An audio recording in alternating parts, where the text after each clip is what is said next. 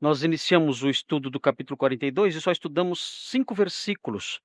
E hoje vamos estudar a segunda parte da história, que é narrada no capítulo 42. Então, abra sua Bíblia e vamos fazer a leitura desse texto,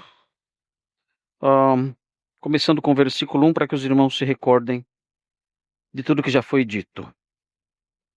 Pastor Thomas, é isso? Ok. Gênesis 42 diz assim: Sabedor Jacó de que havia mantimento no Egito, disse a seus filhos: Por que estáis aí a olhar uns para os outros? E ajuntou: Tenho ouvido que há cereais no Egito. Descei até lá e comprai-nos deles, para que vivamos e não morramos. Então desceram 10 dos irmãos de José para comprar cereal do Egito. A Benjamim, porém, irmão de José, não enviou Jacó na companhia dos irmãos, porque dizia, para que não lhe suceda acaso algum desastre. Entre os que iam, pois, para lá, foram também os filhos de Israel, porque havia fome na terra de Canaã. José era governador daquela terra, era ele quem vendia todos os povos da terra, e os irmãos de José vieram e se prostraram rosto em terra perante ele. Vendo José a seus irmãos, reconheceu-os, porém não se deu a conhecer. Ele lhes falou asperamente e lhes perguntou: De onde vindes? Responderam: Da terra de Canaã, para comprar mantimento. José reconheceu os irmãos, porém eles não o reconheceram. Então se lembrou José dos sonhos que tivera a respeito deles, e lhes disse: Vós sois espiões, e viestes para ver os pontos fracos da terra. Responderam-lhe: Não, senhor meu, mas vieram os teus servos para comprar mantimento. Somos todos filhos de um mesmo homem, somos homens honestos, os teus servos não são espiões. Ele, porém, lhes respondeu: Nada disso. Pelo contrário, viestes para ver os pontos fracos da terra. Eles disseram: Nós, teus servos, somos 12 irmãos, filhos de um homem da terra de Canaã. O mais novo está hoje com nosso pai, outro já não existe. Então lhes falou José: É como já vos disse, sois espiões. Nisto sereis provados pela vida de Faraó. Daqui não saireis, sem que primeiro venha o vosso irmão mais novo. Enviai um dentre vós, que traga vosso irmão. Vós ficareis detidos para que sejam provadas as vossas palavras, se há verdade no que dizeis. Ou, senão, pela vida de Faraó, sois espiões. E os meteu juntos em prisão 3 dias. Ao terceiro dia, disse-lhes José: Fazei o seguinte e vivereis, pois temo a Deus. Se sois homens honestos, fique detido um de vós na casa da vossa prisão. Vós outros ide, levai cereal para suprir a fome das vossas casas. E trazei-me vosso irmão mais novo, com o que serão verificadas as vossas palavras, e não morrereis.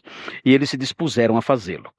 Então disseram uns aos outros: Na verdade, somos culpados no tocante a nosso irmão, pois lhe vimos a angústia da alma quando nos rogava, e não lhe acudimos. Por isso nos vem esta ansiedade. Respondeu-lhes Rúben: Não vos disse eu, não pequeis contra o jovem, e não me quisestes ouvir. Pois vedes aí que se requer de nós o seu sangue. Eles, porém, não sabiam que José os entendia, porque lhes falava por intérprete.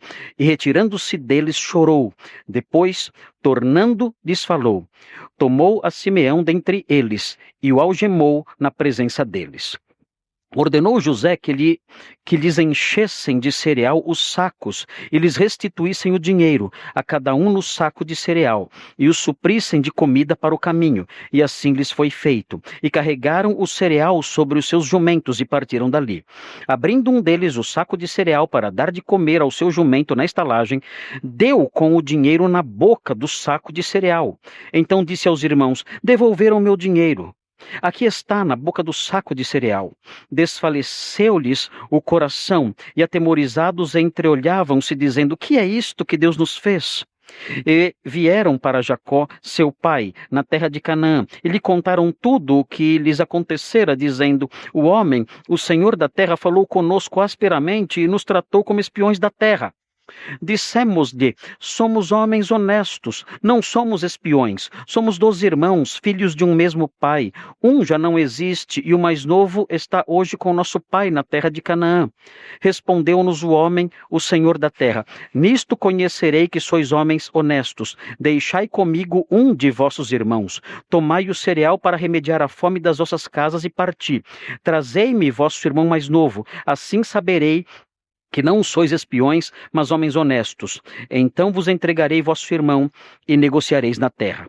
Aconteceu que, despejando eles os sacos de cereal, eis cada um tinha a sua trouxinha de dinheiro no saco de cereal, e viram as trouxinhas com o dinheiro, eles e seu pai, e temeram. Então lhes disse Jacó, seu pai: tendes-me privado de filhos. José já não existe, Simeão não está aqui, e ides levar a Benjamim. Todas essas coisas me sobrevêm. Mas Rúben disse a seu pai: mata os meus 2 filhos, se te não tornar a trazer. Entrega-mo, e eu to restituirei. Ele, porém, disse: meu filho não descerá convosco. Seu irmão é morto, e ele ficou só. Se lhe sucede algum desastre no caminho, por onde fordes, fareis descer minhas cãs com tristeza à sepultura. Muito bem, irmãos, nós estudamos na semana passada, nós dissemos na semana passada que esse texto pode ser dividido em 3 etapas. A primeira etapa, eu compartilhei com os irmãos, nós estudamos a primeira etapa da narrativa com os irmãos, e é uma etapa curtinha, logo no começo, abrangendo os 5 primeiros versículos, e o nome dessa etapa que nós demos aos primeiros 5 versículos foi: os filhos de Jacó descem ao Egito para comprar mantimento. É um título geral para essa porção da narrativa, que abrange os versículos 1 a 5. Os filhos de Jacó descem ao Egito para comprar mantimento. Então, os versículos 1 a 5 tratam disso.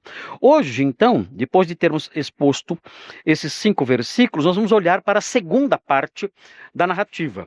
E a segunda parte, nós demos um nome a ela também. É uma parte longa. Vai do versículo 6 até o versículo 24. É uma longa porção da história. E nós demos o seguinte título a essa porção da história: os filhos de Jacó encontram José, que os acusa de espionagem. É o nome dessa porção, resumindo o que acontece aqui. Os filhos de Jacó encontram José, que os acusa de espionagem. E depois, na sequência, temos a última etapa, que nós veremos talvez na próxima semana. E o nome da última etapa é: os filhos de Jacó retornam à casa paterna, levando notícias más. Versículos 25 a 38. Então é uma narrativa bastante carregada emocionalmente. Há muita tensão aqui, fortes emoções nessa história. E isso vai crescer mais ainda. O que está acontecendo aqui? O que está acontecendo é um processo de restauração da família. Um processo de restauração da família que vai envolver arrependimento, que vai envolver reconciliação, que vai envolver a reunificação dessa família. E por que isso é importante? Por que é importante esse processo de reunificação da família? Por uma razão muito simples. O nome do livro é Gênesis. E ao receber esse título, Gênesis, é evidente, nós temos aqui, que esse livro trata dos princípios, das origens, da gênese das coisas. E a história que estamos lendo trata da gênese de Israel, do início de Israel. E para que essa nação se inicie, é necessário que a família esteja unida. Todos juntos, os 12 patriarcas. E eles então juntos, lançando as bases do que mais tarde será a nação de Israel. E por que é tão importante a construção dessa nação? Porque é tão importante lançar os pilares dessa nação com os 12 patriarcas? Por uma razão muito simples. Deus pretende usar essa nação para abençoar o mundo. Deus disse a Abraão, Deus disse a Isaac, Deus disse a Jacó, ele disse, olha, por meio de vocês, por meio da nação que eu vou criar a partir de vocês, todas as famílias do mundo serão abençoadas. E quando nós lemos a carta aos Gálatas, o apóstolo Paulo diz que quando Deus disse isso, ele estava prevendo, ele estava pré-anunciando o evangelho a Abraão, dizendo, olha, eu vou abençoar todas as famílias da terra por meio de você. Como? Então descobrimos mais tarde. Dentro dessa nação, dentro da nação israelita, nasceria alguém que seria o Salvador do mundo. Deus queria que fosse assim. Deus queria que o Salvador do mundo nascesse dentro de uma nação específica. Deus queria que o Salvador do mundo nascesse dentro de Israel, da nação de Israel, da linhagem de Davi. E ele já tinha planejado isso. Ele o que está fazendo agora então? Ele está dando andamento, ele está executando o seu plano salvador. Não é uma novela apenas. Não é uma história emocionante de uma família que brigou e depois fez as pazes. Não! O que temos aqui é o andamento, é a construção, é a execução de um plano salvador. Deus está criando a nação de Israel para que dentro dela um dia, dentro da tribo de Judá, surja uma família, a família de Davi, e dentro dessa família de Davi, surja um descendente, filho de Davi, que será o Messias prometido, que dará sua vida pelos pecados do mundo. Então, o que temos aqui é algo muito importante. Esse capítulo é essencial dentro da história da redenção da humanidade. O Senhor Jesus Cristo, sabemos, mais adiante, páginas e páginas e páginas e livros depois, nós vemos então o Senhor Jesus surgindo no cenário, como o filho de Davi, como o Salvador prometido, como aquele por meio de quem todas as nações da terra seriam abençoadas. Ele nasce então, ele nasce de Maria, ele nasce numa manjedoura, e então começa então a história da sua humilhação. E ele se apresenta como o Messias prometido nas páginas do Antigo Testamento. Desde os tempos dos patriarcas, passando pelos profetas, ele se apresenta como alguém assim. E ele então, segundo as profecias, cumprindo as profecias, ele é rejeitado e morto. E ressuscita ao terceiro dia, realizando assim a sua obra de redenção da humanidade. E agora, a mensagem é a seguinte, olha, Deus cumpriu o seu plano, provendo um Salvador para a humanidade. Alguém que livraria o homem dos pecados deles. E como alguém pode, então, agora, desfrutar dessa provisão que Deus ofereceu?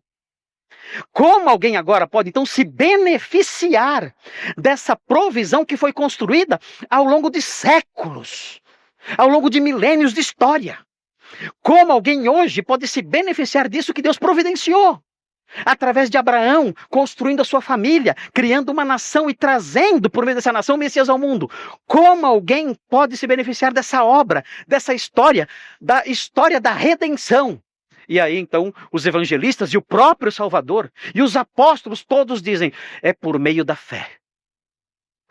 Todo aquele que crer no Salvador prometido, desde as primeiras páginas das Escrituras, passando pelos profetas e pelos salmos e os escritos todos, todo aquele que crer nele será salvo.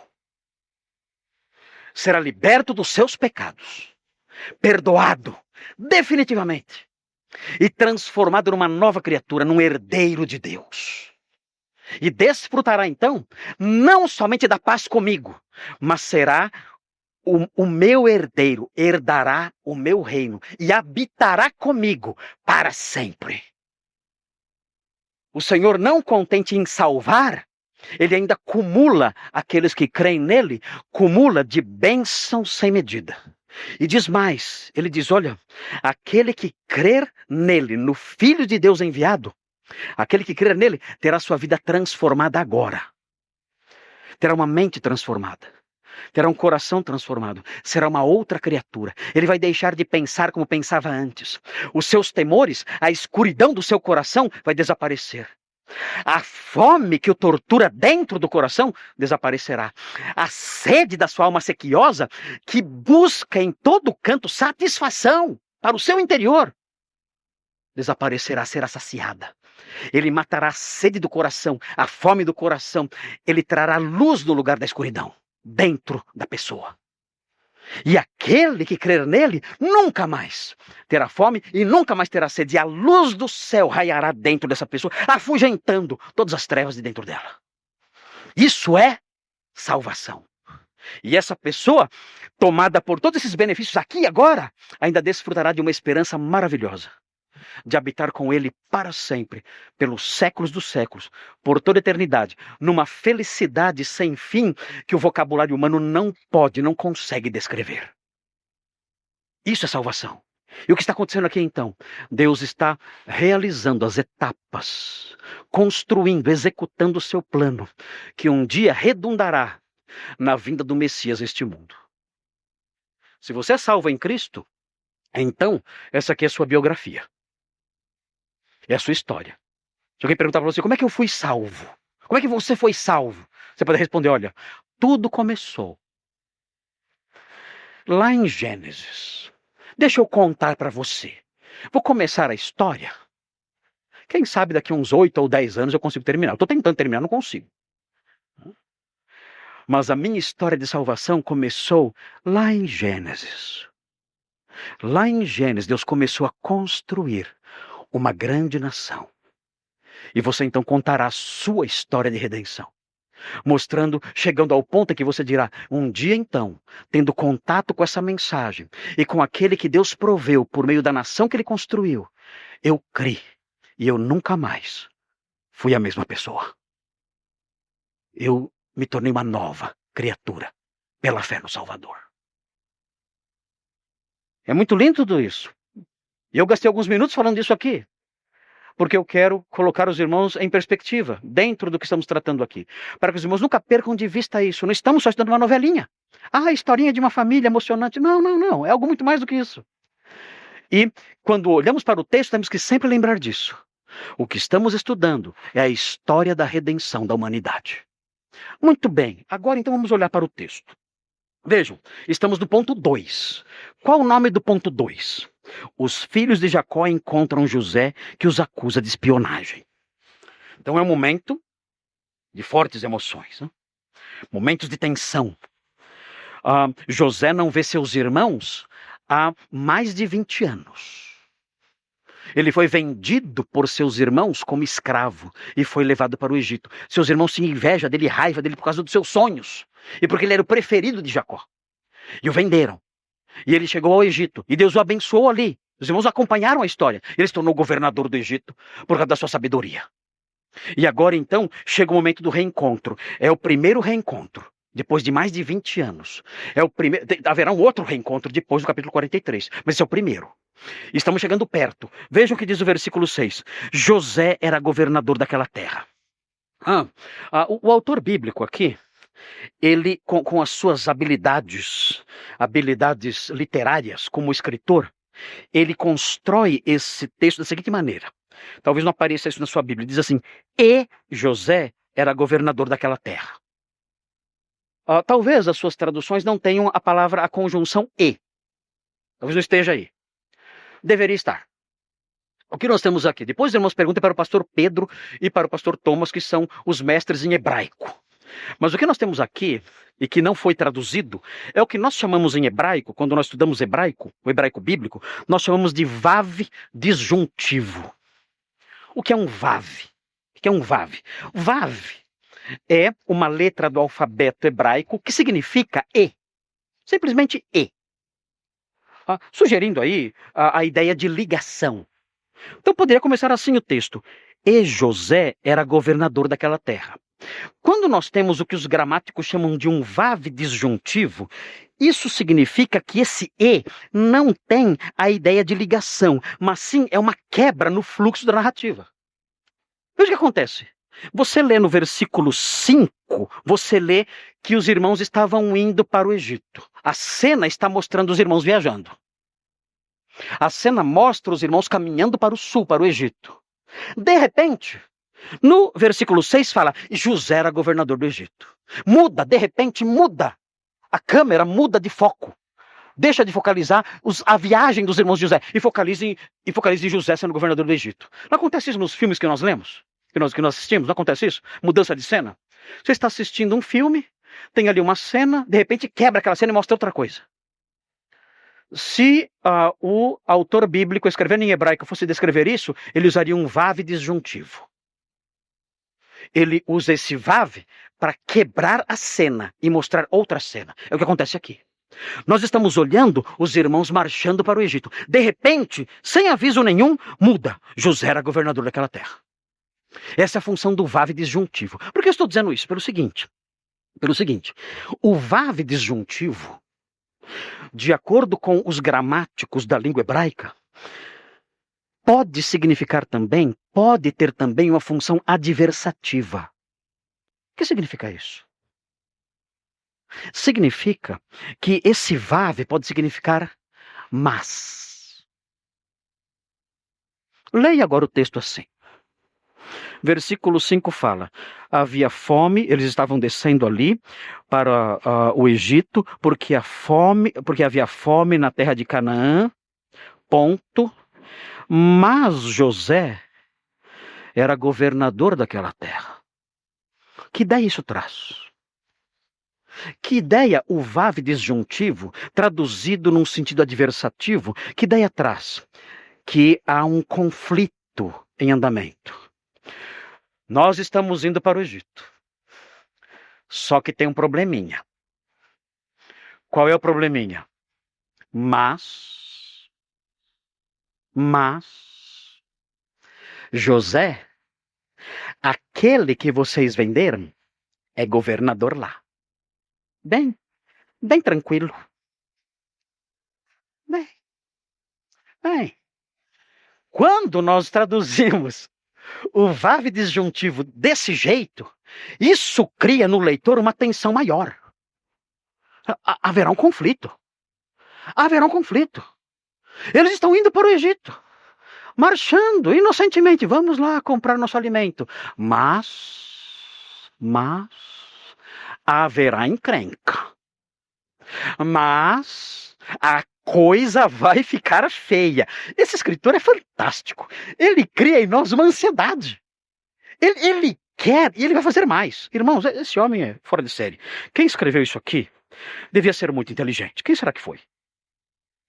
Devia ser alguém muito educado. Devia ser um dos melhores escritores da sua época. Ele consegue criar isso em nós. Então, nós nos deparamos com isso. Mas olha, a coisa vai ficar feia. Porque tem um probleminha. José era governador daquela terra. E lá seguem eles, indo ao encontro do seu irmão. Haverá conflito, haverá dificuldades. O texto prossegue. E prossegue mostrando que não há como evitar o encontro. Vejam o que é dito na sequência no versículo 6. José era governador daquela terra, mas José era governador daquela terra, era ele quem vendia a todos os povos da terra. Vejam, era José quem lidava diretamente com as vendas. Ele não colocou empregados e funcionários para isso, não.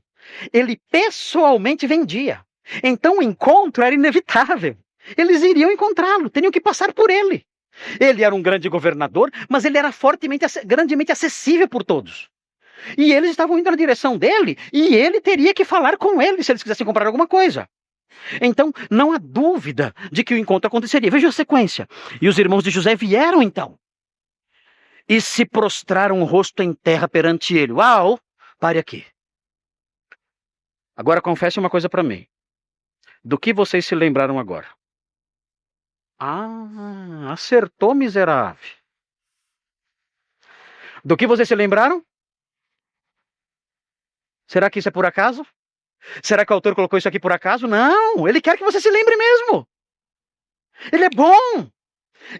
Ele criou em você ansiedade e agora despertou sua lembrança. Ele quer que você se lembre do capítulo 37, versículo 7, versículo 9. Versículo 7 falando que os feixes de José, os feixes dos irmãos se curvavam diante dos feixes de José.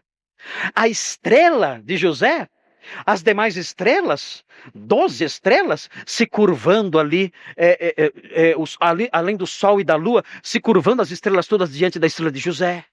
Nós nos lembramos do sonho. Há uma sugestão aqui. Lembrem-se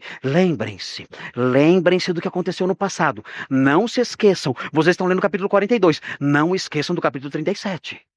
Ele não deixa você esquecer.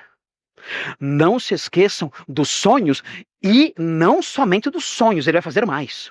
Vocês vão se lembrar de mais coisas, Vocês vão ler e vão se lembrar de mais coisas. Mas agora, vocês estão se lembrando dos sonhos. Ótimo, vamos seguir em frente. O escritor continua trabalhando em nós, construindo pensamentos em nós, despertando nossa memória. E vejam o que acontece então no versículo 7. Diz assim, a alusão, no versículo 6, a alusão aos sonhos. Não é uma citação, mas uma alusão despertando nossa memória. E aí vendo José a seus irmãos, reconheceu-os. Veja esse verbo, reconheceu. Esse verbo agora, ele vai aparecer aqui no versículo 7, 2 vezes, e no versículo 8, 2 vezes. O que o autor está fazendo aqui? Ele está tentando mais uma vez despertar sua lembrança. Vejam, diz assim, vendo José a seus irmãos, reconheceu-os.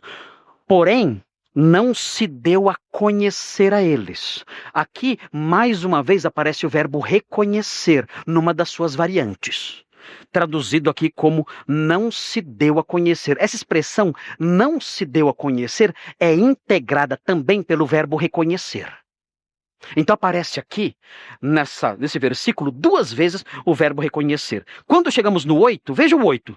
José reconheceu os irmãos, de novo. Porém, eles não o reconheceram, de novo. Por que ele fala tanto reconheceu? No espaço tão curto de tempo. Por uma razão simples.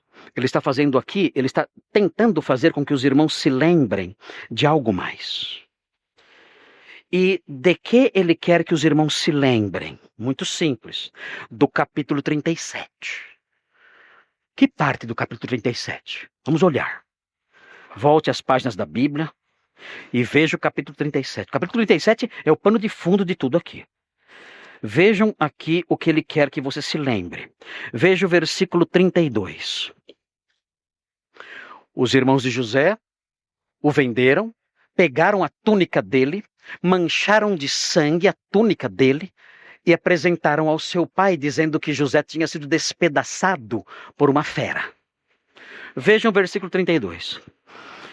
E enviaram a túnica talar de mangas compridas, fizeram-na levar ao seu pai e lhe disseram, achamos isto, vê se é ou não a túnica de teu filho.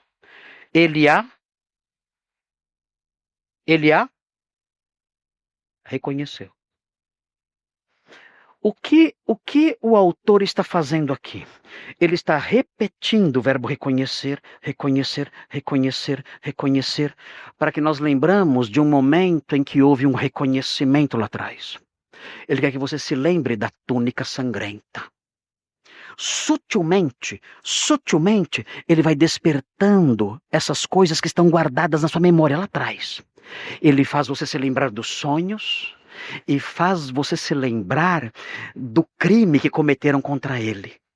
Quando disseram que ele tinha sido morto por uma fera e trouxeram a capa ao pai. Então tudo isso vem à mente do leitor. Os sonhos de José, o ódio que esses sonhos despertaram nos seus irmãos e a mentira dos seus irmãos. Através da menção desse verbo. E todos esses pensamentos, então, devem estar presentes em nossa mente quando nós lemos essa narrativa. Temos que ler a narrativa lembrando disso, dos sonhos de José e do crime que cometeram contra ele. E isso vai explicar as reações de José. Por que José vai ser tão severo? Nós temos que entender isso à luz desses pensamentos. Ele teve sonhos. E tendo esses sonhos, os compartilhou. E quando os compartilhou, isso deu ensejo, motivou seus irmãos a cometerem um crime terrível contra ele. Por isso agora, quando nós olharmos para José, que é um homem sereno, tranquilo, sendo tão severo, nós conseguimos compreender melhor a razão das suas reações, tendo essas lembranças em nossa mente que o autor acabou de despertar. Vamos prosseguir. Vejam a sequência. O texto diz assim, versículo 7. Vendo José a seus irmãos, reconheceu-os, porém não se deu a conhecer. E lhes falou asperamente. E lhes perguntou: de onde vindes? Responderam: da terra de Canaã, para comprar mantimento. Aqui José obteve uma informação importante. Que informação? Minha família ainda mora em Canaã. Ele viu isso. Eles estão falando. E o que eles falam é interessante. Eu não os vejo há mais de 20 anos. Será que moram lá ainda? Será que tiveram que se mudar, foram para outro lugar? Como eles estão? Não, agora tem a informação boa. Meus familiares ainda moram em Canaã. E José vê isso e procura obter mais informações. Vejam a sequência. José reconheceu os irmãos, porém eles não reconheceram. Falamos sobre a função do verbo conhecer aqui. E algo importante também. Os irmãos não podem perder de vista uma característica importante no capítulo 42. Que característica é essa? José sempre sabe tudo. E os irmãos nunca sabem nada. É sempre assim. Desde lá de trás. José sempre sabe. Os irmãos nunca sabem. E vai continuar isso aí. Os irmãos vão ver outras demonstrações disso. O autor quer mostrar isso. José sabe. José sabe tudo. Os irmãos não sabem nada. Ele quer mostrar a diferença dos dois, destacando o seguinte: o homem sábio, o homem entendido, Deus dá conhecimento a ele. Já o homem que não teme a Deus, Deus transforma em alguém ignorante. Essa é uma mensagem implícita na narrativa muito forte. Essa é uma mensagem implícita na narrativa que, quando nós estudamos o texto mais profundamente, isso fica claro para nós. Sempre José sabe. E os demais que não temem a Deus não sabem nada. José ouve os sonhos de Faraó, ele sabe o que significa. Os demais magos não sabem nada.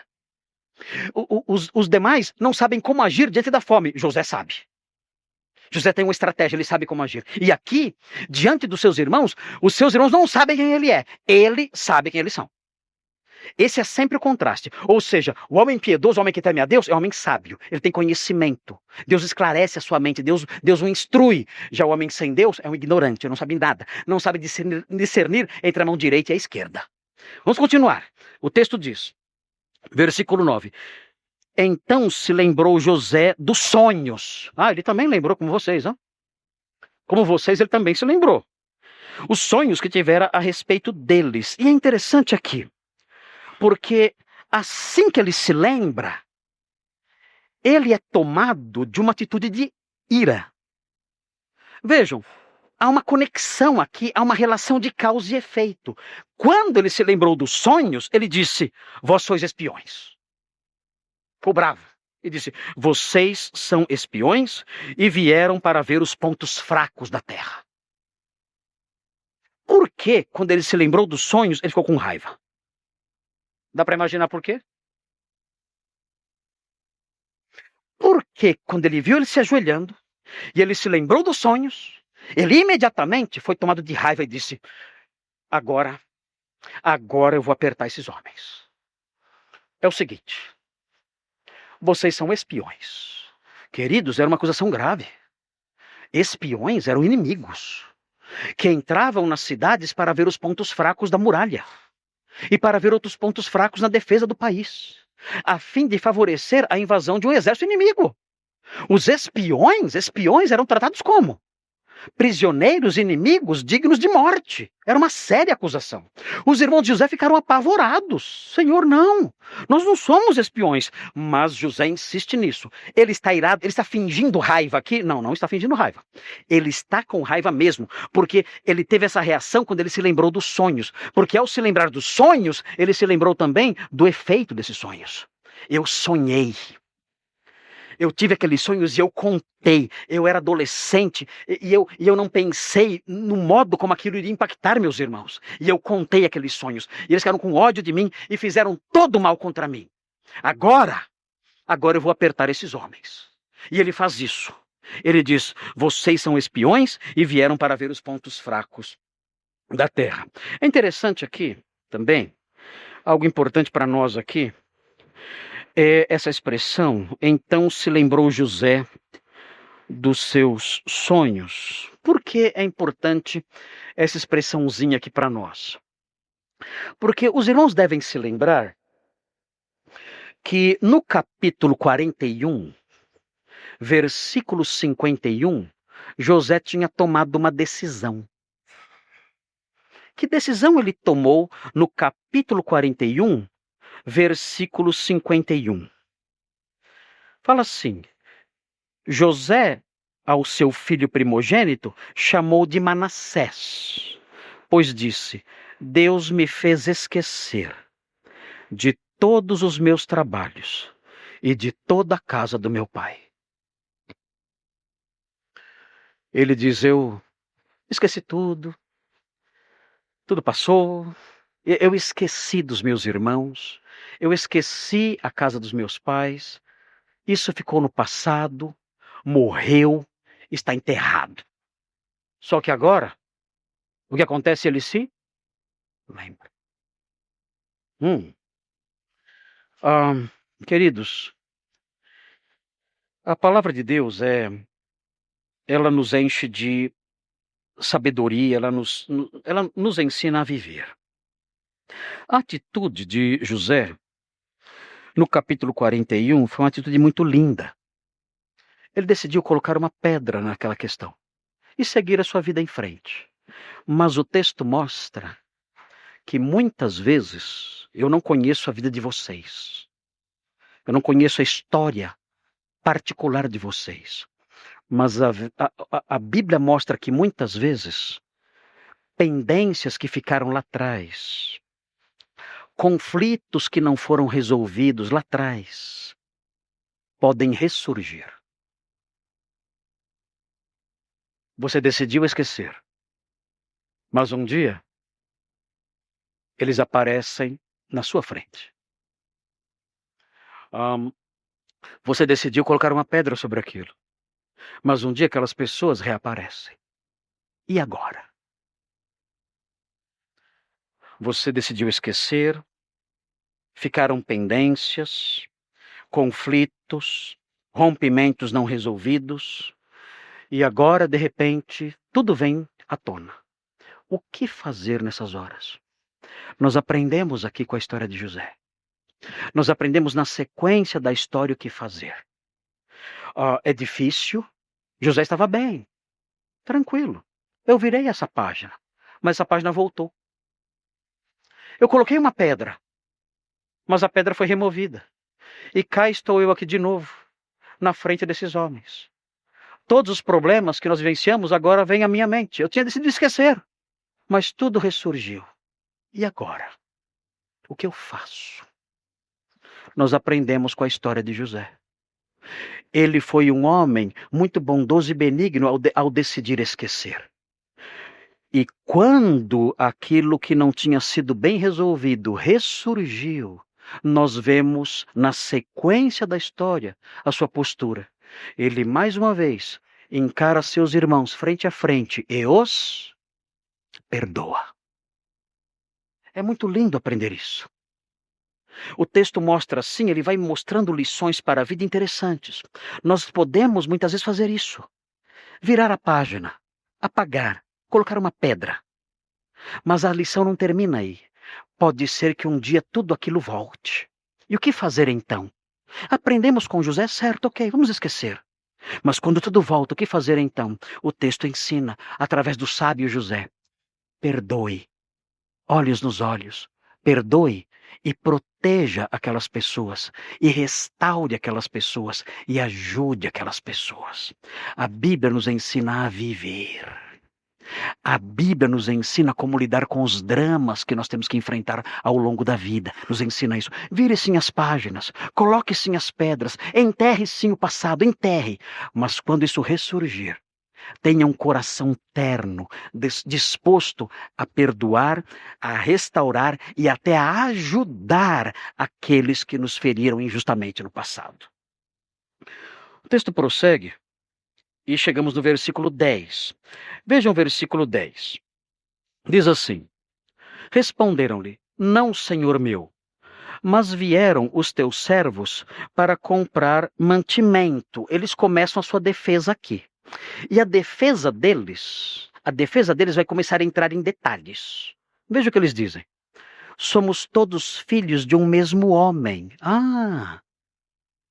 Se José tinha alguma dúvida de quem eles eram, aqui eles começam a confirmar a sua identidade. Somos homens honestos. Os teus servos não são espiões.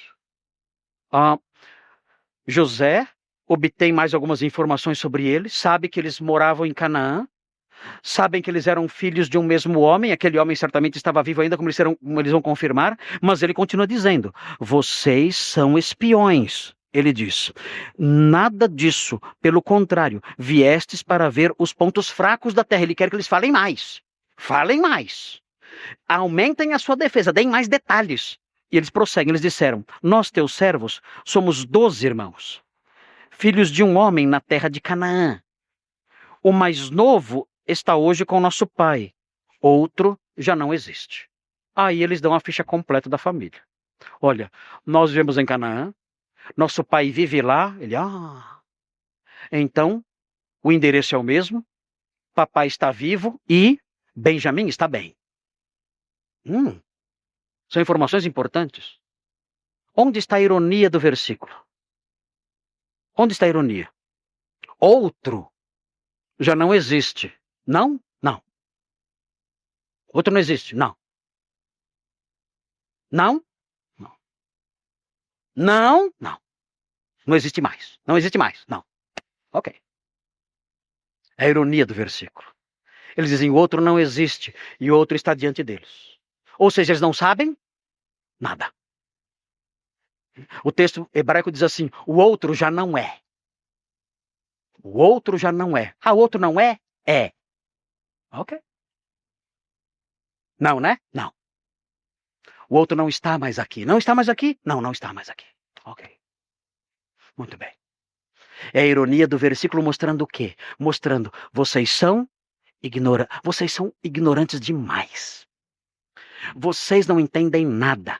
Vocês são cegos. Esse é o problema de vocês. A impiedade de vocês coloca vocês na lista de homens incautos, de homens tolos, de homens sem conhecimento. José, por outro lado, sabe de tudo.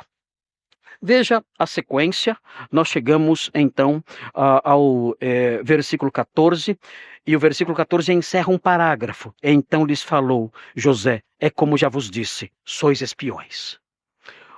O parágrafo começou no versículo 11, no versículo 9, começou o parágrafo, no versículo 9, dizendo, vós sois espiões. E o parágrafo termina no versículo 14 dizendo, vós sois espiões. Ou seja, a ênfase do parágrafo é essa, vocês são espiões. José obteve as informações que queria obter. Ele aprendeu pela defesa deles que o pai estava vivo, o irmão mais novo também, e moravam no mesmo lugar, mas ele continua insistindo na acusação. O que ele quer agora? O que ele quer agora? Nós vamos descobrir o que ele quer agora. Ele já descobriu as informações que ele queria descobrir, mas agora ele quer tirar uma dúvida por meio de uma prova cabal. Ele quer ter certeza de que Benjamim está vivo. Porque ele sabe que está lidando com irmãos perversos. E ele sabe que Benjamim certamente ocupou o lugar dele como filho preferido, porque era filho de Raquel. E ele não tem certeza que seu irmão está vivo. Por que Benjamim não está aqui? Por que não trouxeram Benjamim? Onde ele está? Então ele insiste na acusação. Com que objetivo? De dar uma base para suas exigências. Dizendo, olha, eu só vou acreditar em vocês quando vocês trouxerem para mim Benjamim. Ele diz então para eles, é como já vos disse, sois espiões. Nisto sereis provados. Pela vida de Faraó, ele diz, tão certo quanto o Faraó vive. Daqui não saireis, sem que primeiro venha o vosso irmão mais novo. Ele continua com a acusação porque ele quer ter uma base para isso, para trazer o irmão mais novo. Ele não confia nos seus irmãos. Ele sabe que seus irmãos podem tê-lo matado também. Ou pode tê-lo vendido também. E enganado o pai também. E ele prossegue. Enviai um dentre vós que traga vosso irmão. Vós ficareis detidos para que sejam provadas as vossas palavras. Se há verdade no que dizeis. Ou se não, pela vida de Faraó, sois espiões. E os meteu juntos em prisão 3 dias. Bom, agora aqui, aqueles irmãos estão numa situação difícil. Ele disse, olha, escolham um para voltar. Os outros ficam presos. Escolham um para voltar, e esse um volta e traz Benjamim. Os demais ficam presos aqui. E colocou eles na cadeia por 3 dias. Agora, imaginem como tomar essa decisão. Eles tinham que confiar naquele que iria voltar. Eles tinham que escolher um irmão digno de confiança. Porque esse irmão poderia ir e inventar uma história pro pai. Ó, morreu tudo. É tudo safado. Estamos lidando aqui com gente que não vale nada. Eles, quem vai então? Deixa que eu vou. Não, você fica aqui. Não, eu vou então. Não, você também não. E não chegaram a um acordo. Eles iam confiar em alguém. Mas como confiar? Alguém poderia falar assim, eu vou livrar minha pele. Eu vou cair fora, levar comida e abraço esses caras que morram tudo aí na cadeia. Eu não volto aqui nunca mais. Eu vou escapar e nunca mais eu volto. E ficaram 3 dias lá na prisão. Imagino a situação deles ali. Todos querendo ir. E ninguém deixando. Não. Vamos ver. Talvez Rúben fosse o mais indicado. Mas eles sabiam que Rúben não tinha apoiado o que eles tinham feito com José no passado e não era alguém muito simpático. Eles podem ter pensado, olha, se o Rúben for, ele já não gosta da gente. Não é a prova que nós fizemos. Ele vai pensar assim, quer saber? Deixa eles lá. Deixa eles lá. Não vou voltar não. Vou cuidar da minha vida. E ó, tchau. Abraço. Então é um dilema para eles. Mas, além disso, além do problema da falta de confiança que eles tinham que enfrentar, havia outra questão acontecendo aqui, parece. Parece que algo mais aconteceu. O fato de eles ficarem 3 dias numa prisão, parece que começou a trabalhar na consciência deles. Nós percebemos isso, veremos isso daqui a pouquinho, no versículo 21. No versículo 21 nós vemos que a consciência deles foi trabalhada. Então o que está acontecendo aqui? Aquele objetivo que falamos no começo. Deus está começando a mudar o coração dos patriarcas. Para quê? Para unificar a família. Deus então, usando José, os jogou na prisão por 3 dias. E o que vai acontecer? Eles terão esses conflitos, certamente, ali dentro da prisão, mas também alguma coisa vai acontecer na cabeça deles. Enquanto estão na prisão, padecendo e sofrendo ali, a consciência deles começa a despertar. É Deus trabalhando. Deus trabalhando para unificar a família. Por quê? Porque Ele quer construir uma nação. Por que Ele quer construir uma nação? Para trazer o Messias ao mundo. Para quê? Para salvar você. É isso que Ele quer fazer. E Ele está realizando isso. E aqueles irmãos então ficam ali 3 dias presos. E vejam o que acontece no versículo 18. Eles começaram a mudar? Certamente. O versículo 21 mostra que eles começaram a mudar. Mas o versículo 18 mostra que José também mudou. Como José mudou? Vejam o versículo 18. Ao 3º dia disse-lhes José, fazei o seguinte e vivereis, pois temo a Deus. O que José vai fazer aqui agora? Ele vai fazer uma outra proposta. Mas antes de fazer outra proposta, ele fala, eu temo a Deus. E o que significa essa expressão, eu temo a Deus? Essa expressão, o significado dessa expressão é a seguinte, olha, eu sou um homem íntegro. Eu não sou um homem perverso. Eu sou um homem íntegro. E na mentalidade veterotestamentária, o homem íntegro é, entre outras coisas, alguém que não oprime os fracos. Quando nós lemos, não dá tempo de ler agora, quando nós lemos Levítico 19:14, Levítico 19:14, nós percebemos uma conexão entre o temor a Deus e a benevolência para com aqueles que são frágeis, a benevolência para com aqueles que padecem, a benevolência para com aqueles que são fracos. O homem íntegro na Bíblia, especialmente no Antigo Testamento, no Pentateuco, é o homem que se compadece das pessoas fracas e não as oprime. Então o que José está dizendo é o seguinte, olha, façam o seguinte, eu mudei meus planos. Eu vou mudar minhas exigências. Por quê? Porque eu sou um homem íntegro. Eu, quando vejo alguém numa condição de desespero, tendo o poder de ajudar, eu ajudo. Eu sou um homem que não oprime os perversos. Eu sou um homem que não oprime os fracos como fazem os perversos. Eu não faço isso. Eu temo a Deus. Eu não oprimo os fracos. Quando ele disse isso, o que vocês acham que isso trouxe à mente dos seus irmãos? Eles pensaram: nós não somos isso. Um dia, nós vimos alguém fraco, implorando por socorro, e nós não ajudamos. Esse homem vai mudar o seu plano para nos ajudar, e ele nem nos conhece. Esse homem está vendo o nosso desespero, e ele vai mudar os seus planos para nos socorrer. E nós vimos o desespero não de um estranho, como esse homem está vendo a nós agora. Nós vimos o desespero do nosso irmão, e nós não ajudamos. Ele teme a Deus. Ele é um homem íntegro. Nós não. Por que essas coisas estão presentes no texto? Por que essas alfinetadas na consciência daqueles irmãos aparecem aqui no texto? Qual o objetivo? Fazer com que aqueles homens se arrependam. Para que fazer com que eles se arrependam? Para que levá-los ao reconhecimento da culpa e se arrependerem? Por quê? Para unificar a nação. Para que unificar a nação? Para que a nação surja e cresça. Para quê? Para quê? Para trazer o Messias ao mundo e salvar você. São essas as conexões presentes aqui. O texto então prossegue. José mostra a sua benevolência, mostra que ele teme a Deus e não oprime os fracos. Ele diz: se sois homens honestos, fique detido um de vós na casa da vossa prisão. Antes, a ordem era: fiquem todos presos e mandem um para levar mantimento. Agora ele inverteu. Ele fala: fique um aqui. Os demais voltem. Vós outros ide, levai cereal para suprir a fome das vossas casas. Vocês podem ir embora.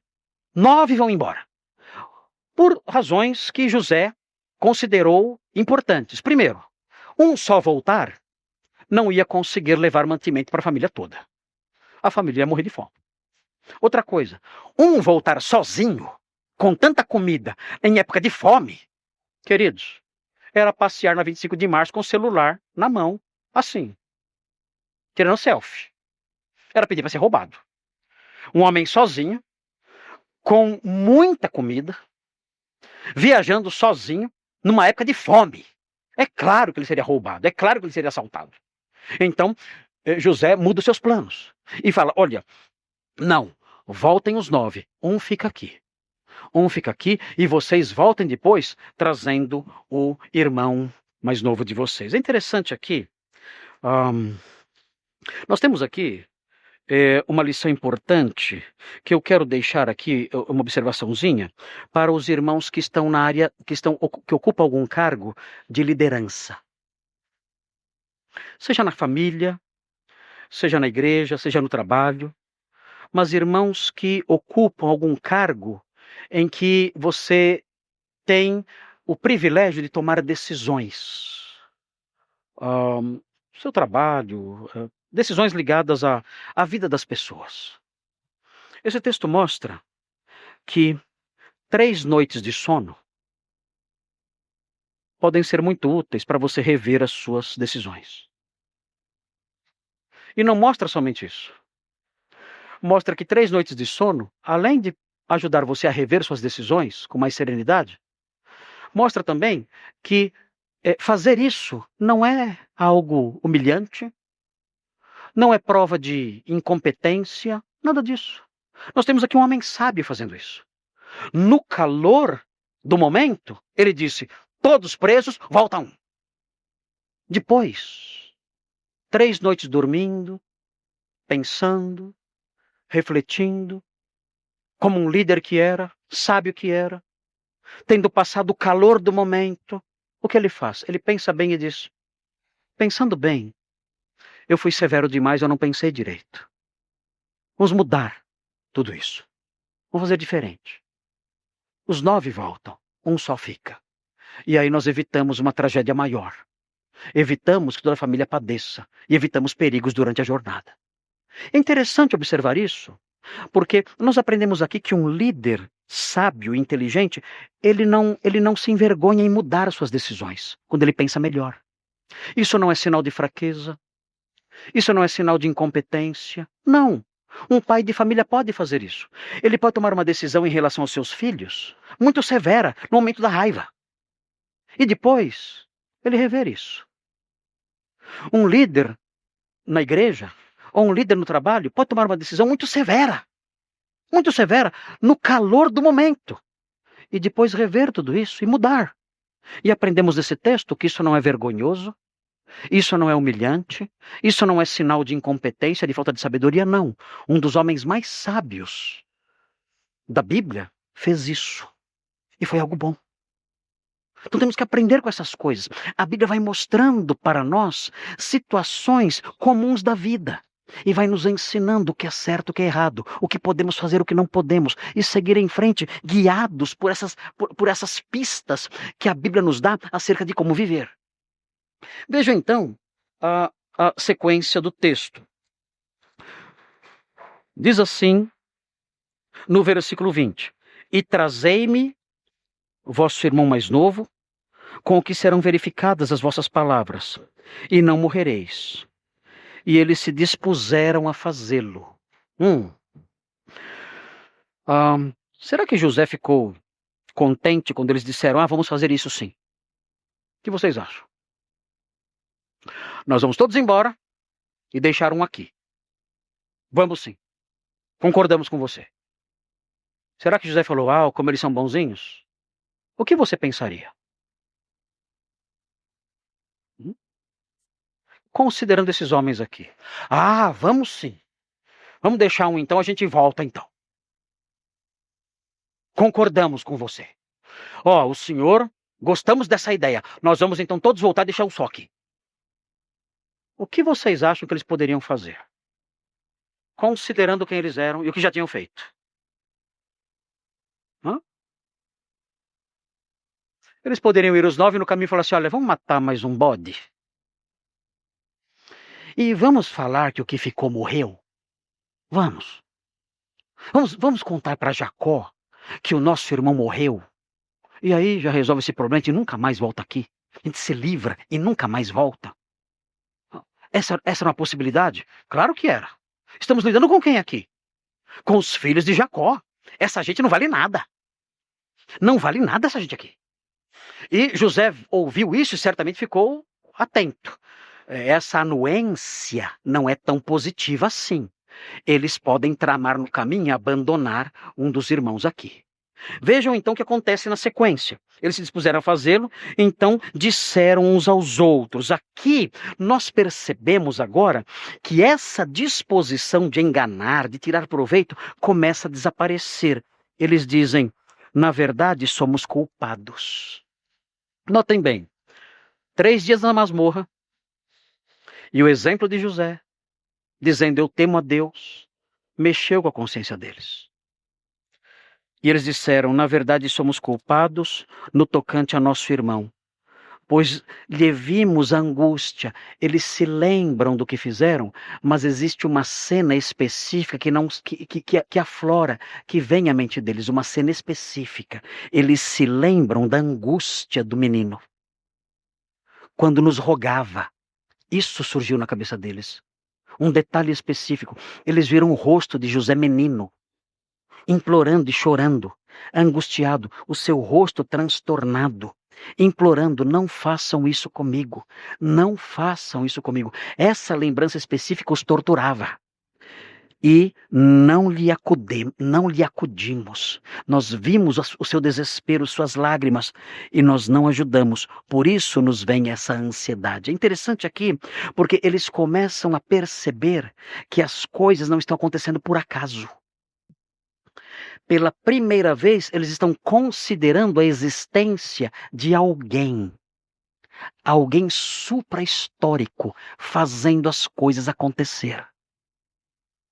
Eles são ateus? Não são ateus. Nós aprendemos na sequência que eles não são ateus. Mas eles começam agora a trazer a realidade de Deus para os seus pensamentos. Olha, o que estamos vivenciando é obra de alguém. Alguém está fazendo isso acontecer conosco. Isso que está nos sobrevindo agora não é por acaso. Existe alguém fazendo isso nos sobrevir. Existe alguém justo que está nos punindo agora. Notem, eles começam a trazer a realidade de Deus para os seus pensamentos, coisa que eles nunca tinham feito antes. Deus trabalhou neles 3 dias de prisão e o exemplo de alguém fez com que, depois de 20 anos, eles reconhecessem os seus erros. Rubem concorda com eles. Ele diz: não vos disse eu, não pequeis contra o jovem, e não quisestes ouvir. Pois vedes aí que se requer de nós o seu sangue. Rubens também reconhece isso. Existe alguém trabalhando aqui nessa situação. Essa situação não é por acaso. Existe uma justiça em andamento. Tem alguém fazendo justiça aqui. E nós estamos sofrendo as consequências dos nossos atos. O que Deus está fazendo? Restaurando a família. Promovendo arrependimento, unidade, para trazer um dia o Messias ao mundo. E é curioso observar isso aqui. Trazendo para a nossa experiência, o que nós aprendemos? Nós lembramos das pessoas que nos injustiçaram. E pessoas com quem nós não temos mais contato. E nós lembramos, Deus, depois de mais de 20 anos, pode trabalhar no coração delas. Como? Pela masmorra, pelo sofrimento, pela solidão, pelo exemplo bom de outras pessoas. Deus pode trabalhar nelas e mudar o coração delas e levá-las ao arrependimento por todas as maldades que fizeram conosco. Você se lembra de pessoas que foram más com você? Injustas com você? E fizeram coisas inaceitáveis por inveja? Prejudicaram a sua vida de um modo que você não pôde acreditar. Você teve que se livrar disso colocando uma pedra sobre isso para não ser torturado pelos seus pensamentos. Você não acreditava. Você não pôde acreditar que pessoas tão próximas de você puderam fazer aquela maldade com você. E talvez pense, não há esperança para essa gente.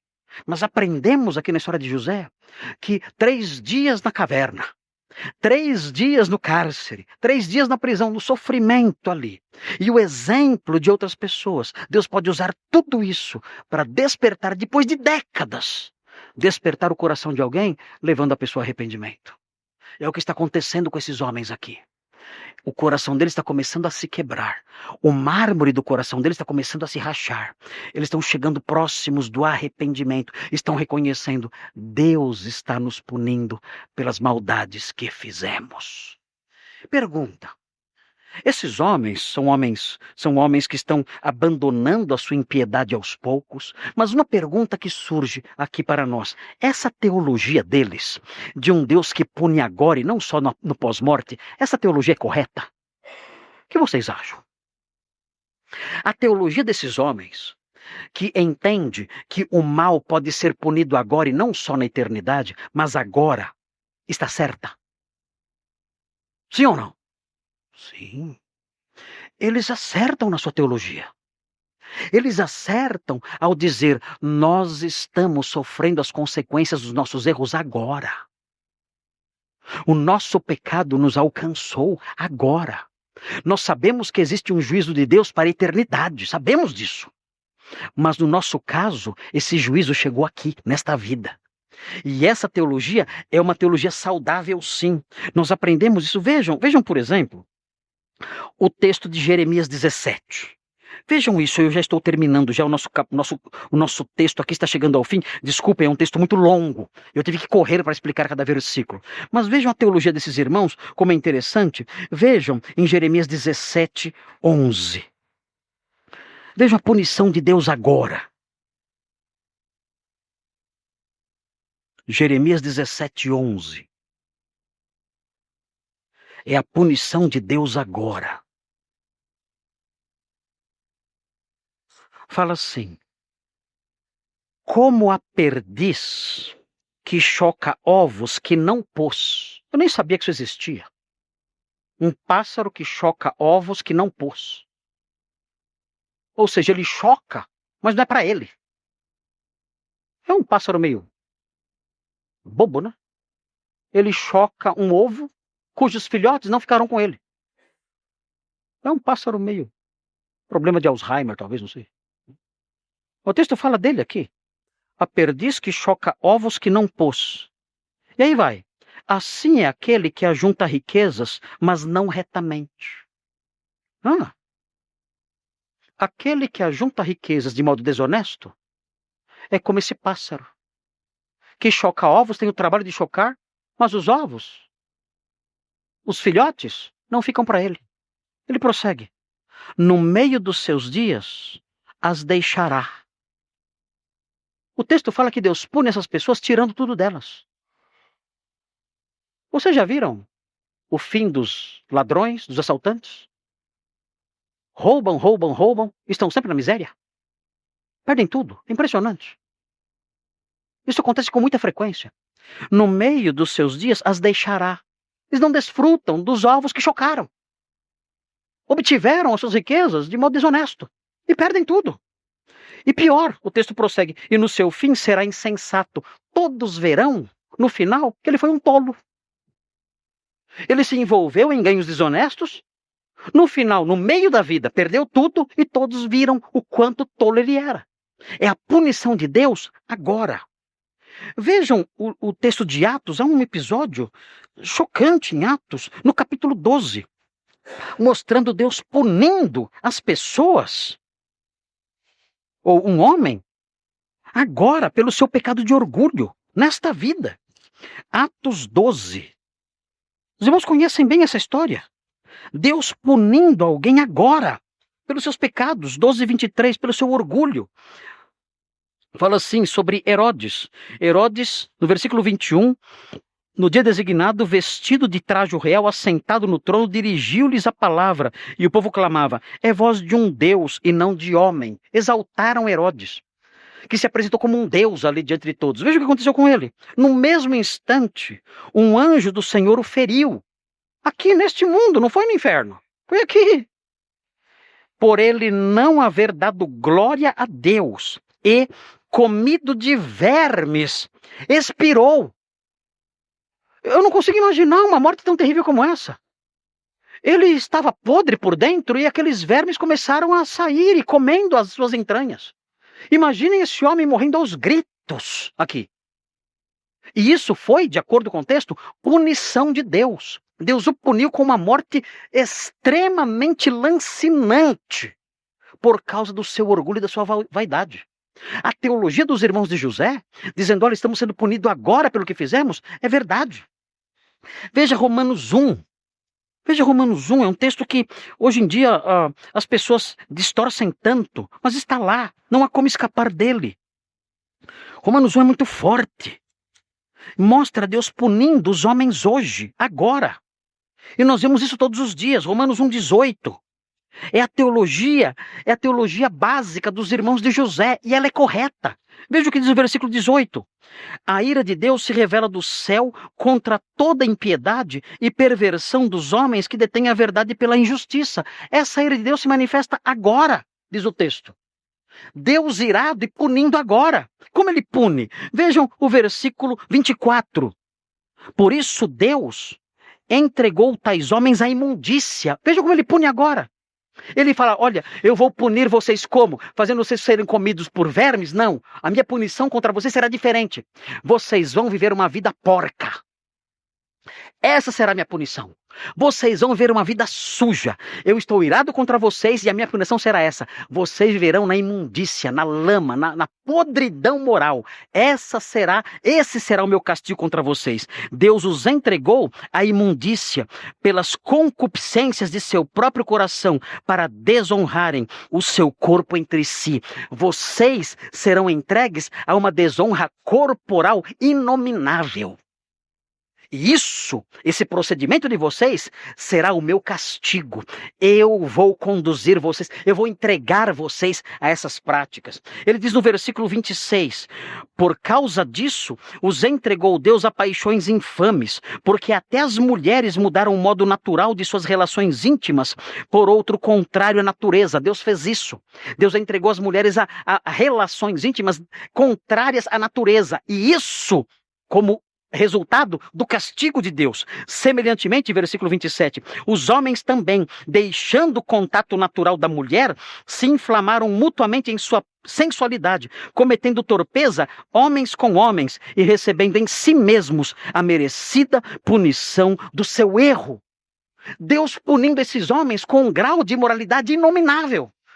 Agora, nesta vida, dizendo, olha, vocês vivem na podridão? Pois bem, o meu castigo sabe qual é? É fazer com que vocês afundem na podridão ainda mais. Agora, já. É assim que Deus age. A teologia dos irmãos de José está correta. E a teologia de Rúben também está correta. Ele diz, olha, eu participei disso. Eu disse para vocês, não façam. Mas agora nos sobreveio o castigo. Como assim? Se você não participou de modo direto, você tentou evitar. Mas Rúben reconhece seu erro. Por quê? Ele disse, não façam isso. E se ausentou. Quando ele voltou, tinham vendido o irmão dele. E o que ele fez? Ele não procurou. E quando contaram a mentira a Jacó, o que ele fez? Silenciou. Ele foi conivente. E ao ser conivente, ele foi cúmplice. Ele fala, agora, todos nós estamos no mesmo barco. Eu poderia ter feito alguma coisa. Eu poderia ter perseguido os midianitas e tentado resgatar nosso irmão. Eu poderia ter contado a verdade ao nosso pai e tomarmos providências quanto a isso. Mas eu não fiz nada. E com isso, eu me tornei cúmplice também. Veja um texto de Provérbios 24. Provérbios 24.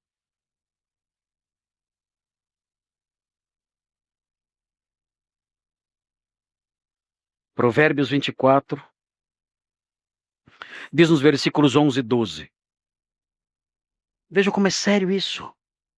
Provérbios 24, 11 e 12. Livra os que estão sendo levados para a morte. Faça alguma coisa. Faça alguma coisa em favor daqueles que estão padecendo, sendo levados injustamente para a morte. E salva os que cambaleiam, indo para serem mortos. Faça alguma coisa. Se disseres, não o soubemos. Não o soubemos? Sim, se disseres, não o soubemos, não o perceberá aquele que pesa os corações? Não saberá aquele que atenta para a tua alma? Você viu a injustiça e não fez nada? E não pagará ele ao homem segundo as suas obras? Você viu o mal sendo feito? E você não moveu um dedo? Se você podia fazer alguma coisa, você não fez nada. O Senhor não está vendo sua ação? E você acha que ele vai deixar isso impune? Você acha que a sua omissão não está diante dos olhos de Deus também? Rubem percebeu isso e disse, eu sou culpado também.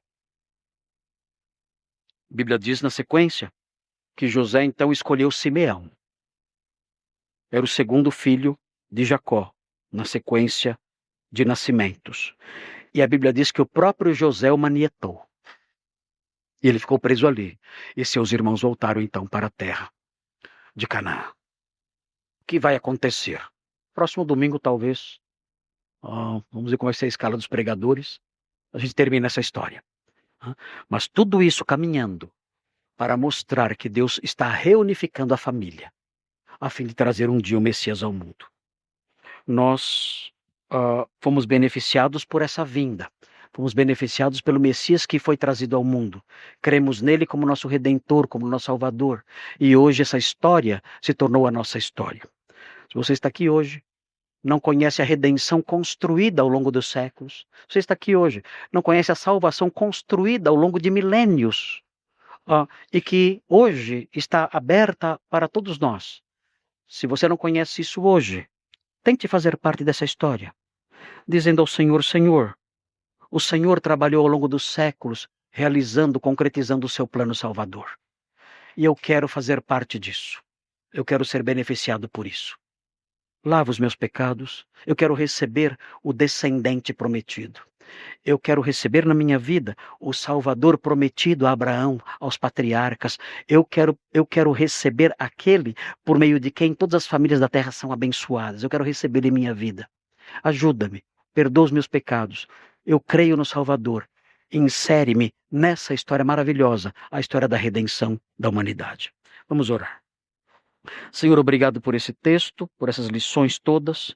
Ajuda-nos, ó Deus, a caminhar, conhecendo a sua palavra e extraindo dela as lições que precisamos para viver. Obrigado porque o Senhor escreveu tudo isso ao longo dos séculos, a fim de trazer o Messias ao mundo. E nós te louvamos por isso.